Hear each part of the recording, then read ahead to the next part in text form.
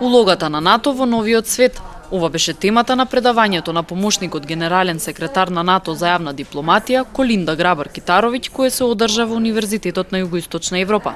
На предавањето учествуваше и министерот за одбрана на Република Македонија Талат Џафери. Министерот го најави 15-тиот циклус од акциониот план за членство во НАТО кој Македонија наскоро ќе го започне.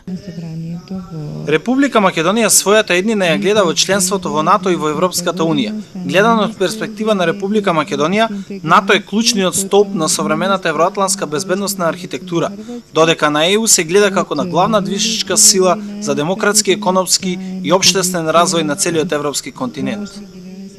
Колинда Грабар-Китаровиќ со охрабрувачка порака до Македонија за евроатлантските интеграции.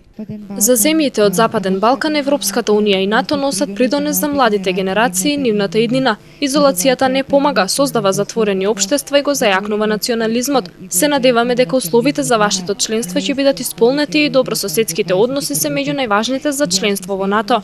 Знам колку е тешко, но можам да ве поддржам да продолжите со напредокот, не само за разрешувањето на спорот со името, туку и во зајакнувањето на институциите, имплементацијата на Охридскиот рамковен договор, слободата на медиумите и сите други аспекти кои се за доброто на граѓаните.